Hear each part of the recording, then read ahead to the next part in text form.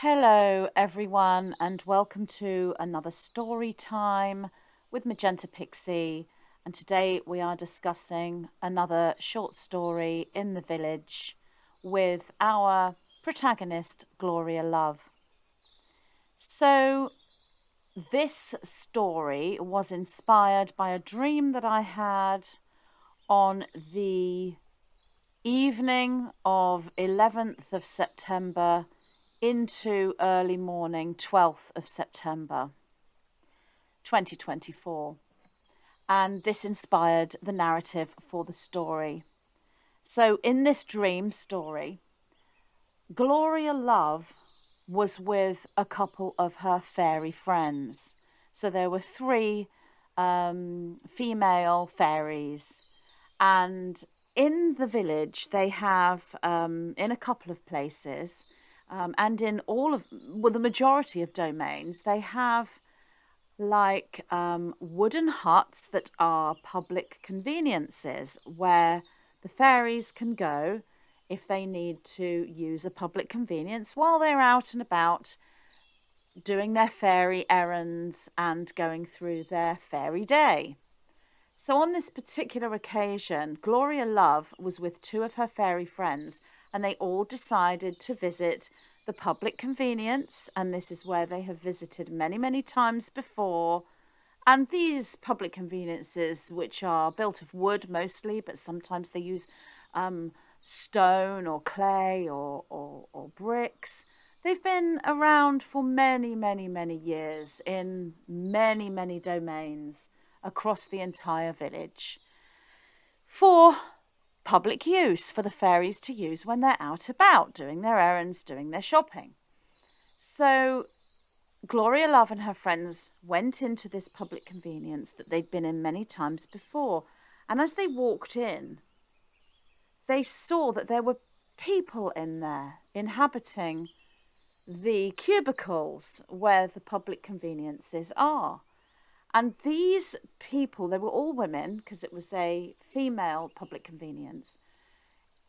These female fairies and elves and goblins and other elemental beings, they are fairies that have come over from one domain to another. So they were originally living in one domain, born in one domain, and they've left that domain and they've come in to another domain, and they've come into that domain through multiple transportation methods.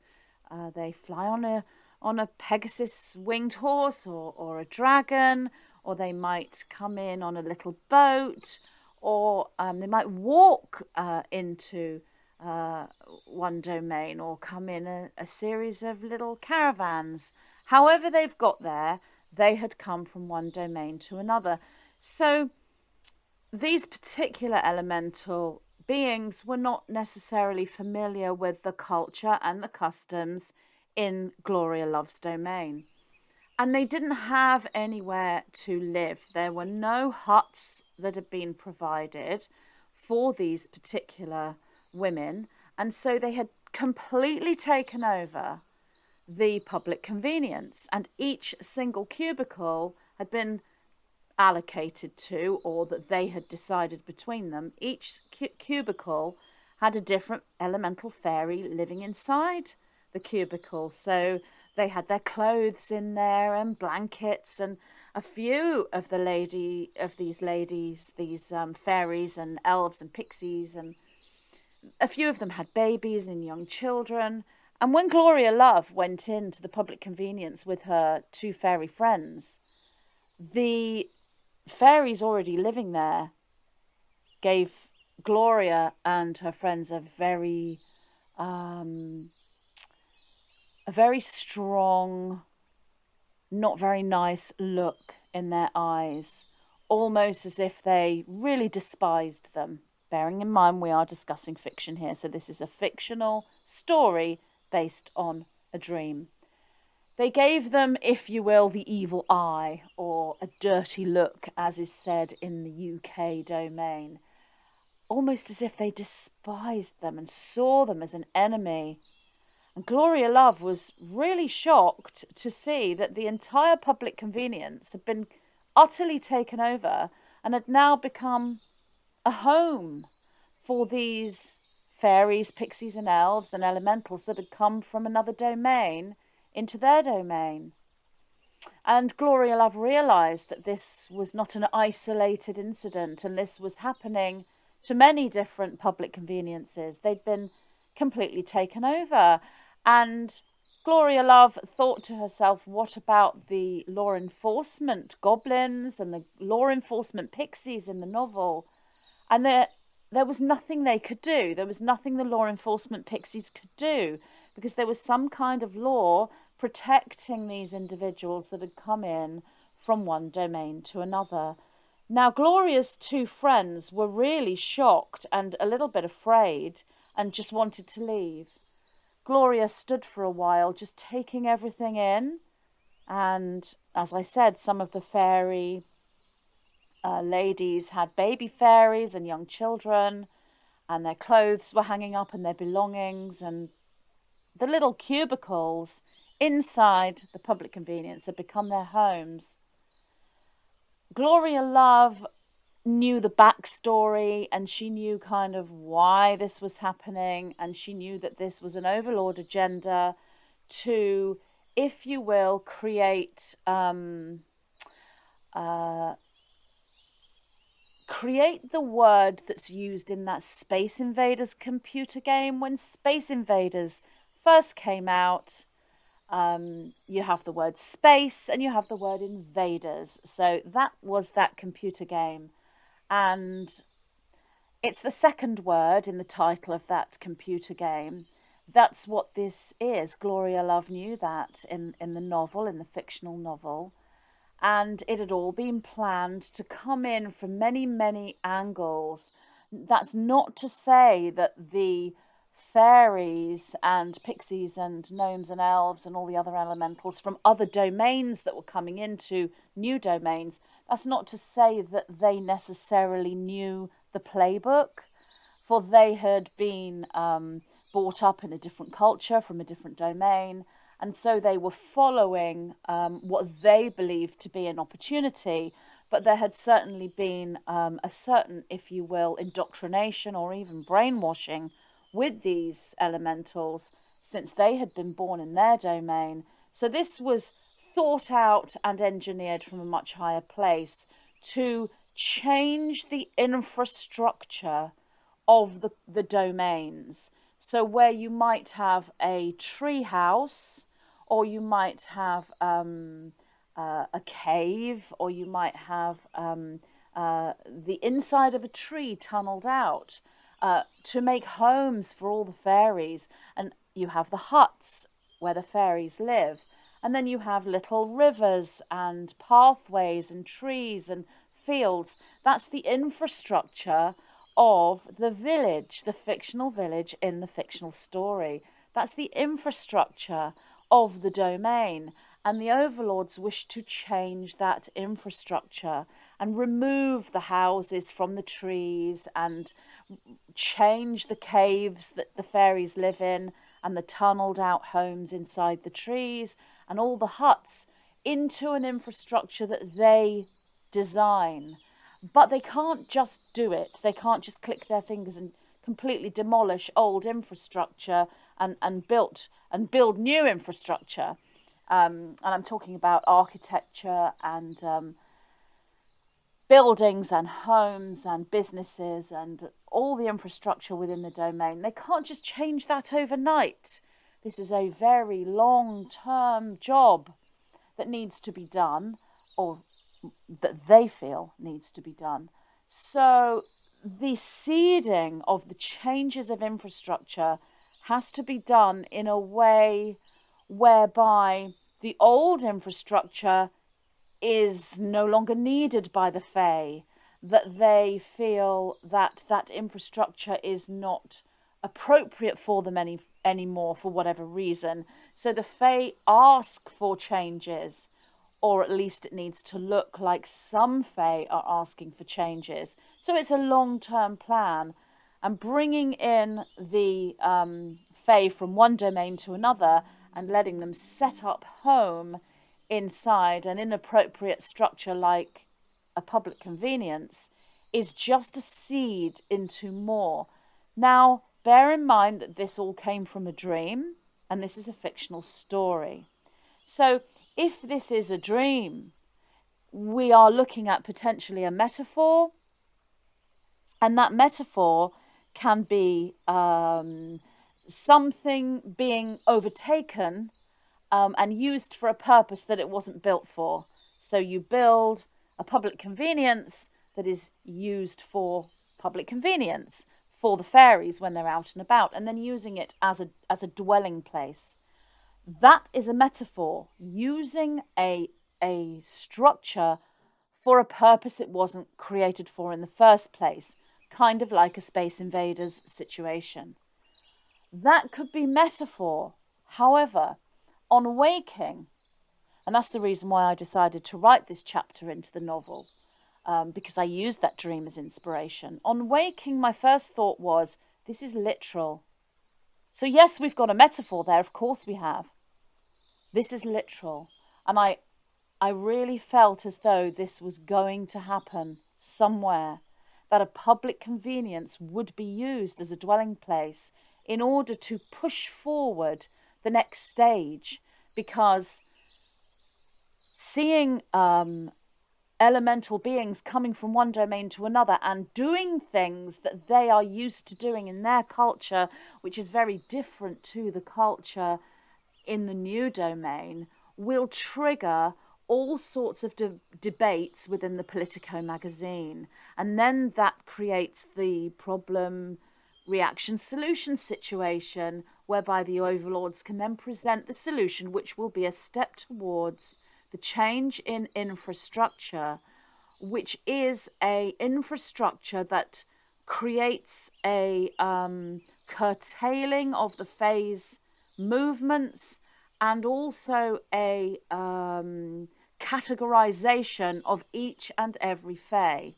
That is the aim eventually. It is a long-term plan. And Gloria Love notes that in the novel she has heard other fairies up on the podium speaking about how this time in the fairy story, so we're looking at September 2024 in the fairy story, that this time is leading towards this great ending, or this situation that is almost at an end and almost over. Now, the truth within the fictional village, is that cycles are coming to their end.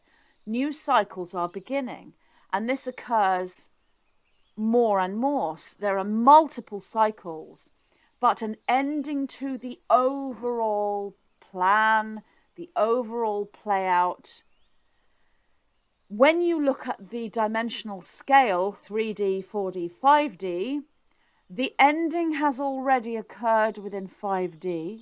The ending is moving in cycles within 4D, and the ending is nowhere in sight in 3D at this point, because this is a long-term plan. So all of these are accurate. So anyone who says that we're at the end, it's true in a sense, but it can be misleading. Because then you have other fays that listen to these fairies up on the podium and think, great, we're right at the end of all this, yay. And that will then potentially set that fae up for a fall, because temperance is needed, stamina is needed for the long haul, and patience is needed.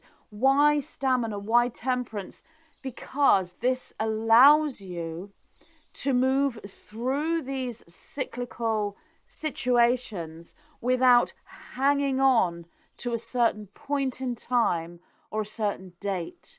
So if you randomly think of a date, let's say, for example, November the 5th, 2024, as a random date, and we hold, the fairies hold their psychological, spiritual and emotional feelings on that one date. And they say things like, something better happen on that date. This better be a turnaround. This better be a change. This better be the end, or else, or that's it, or I'm giving up, or I'm done. That way of thinking, while completely understandable, is not temperance. It is not patience, and it is not stamina. Therefore, it is not spiritually aligned with ascension. It is not going to cultivate blue starfire within. It is not going to cultivate quantum convergence charge within to give you the fire needed to move slowly through this process with the guidance and the synchronicity and the living within 5D and the experience of that fifth dimension. So we take away these dates, even though they may seem incredibly significant. But that's not to say that there are not dates that are not significant, because they are. But rather than them being something like November the 5th, 2024, a random pick, they will be dates like dates for the equinox, the solstice, the eclipses, the full moons, the supermoons, the sabbats. They are the dates with the energetic spike. But with those, we still would not say things like, this better have happened by the equinox, or I'm done, I'm giving up. And whether you're reading the Politico magazine and seeing it in that way, or whether you are seeing a greater picture here, nothing should be hung on a date or a moment or a spike point. This is more about moving within cycles, understanding when spike points are, understanding when the sine wave is moving down, when it's moving up, and how to go with that energetic flow. How to take your body, your light body, and all within through that flow with temperance. So this is my analysis of this dream and the fictional story created for the novel within that. But I have presented this dream and this subsequent story about Gloria Love and the public convenience to the Nine, and I have asked them if they could just comment on something about what I have just said. So this is what the Nine said about this dream stroke story. This is the presentation of the Dark One's hand for all to see. Cognitive dissonance brought to a crescendo point for the third-dimensional linear individuals. For those within the higher echelons of fifth-dimensional harmonics, the remaining within that fifth-dimensional space whilst navigating third-dimensional space will be a challenge if the mind and left-brained logic are the forerunners within the thought process. Allowing intuition and guidance to manifest as the signs, synchronicities, and meaningful subjective experiences is the way forward. Your lunar eclipse supermoon portal, September 16th, 17th, and 18th, into your equinox alignment, 21st, 22nd, and 23rd, will be a spotlight and a bridge, respectively, showing those with eyes to see the way forward. Listen to your guidance at this time with the most focused ear, for this is no longer a practice run. He or she who walks with wisdom, trust, faith, and knowing is he or she who finds sanctuary, safety, and settlement at this time. We are the white-winged collective consciousness of Nine. So thank you very much for listening to Storytime. I am Magenta Pixie, and I hope you enjoyed the story, and I will be back with more stories, sending lots of love to all. Thank you. Bye.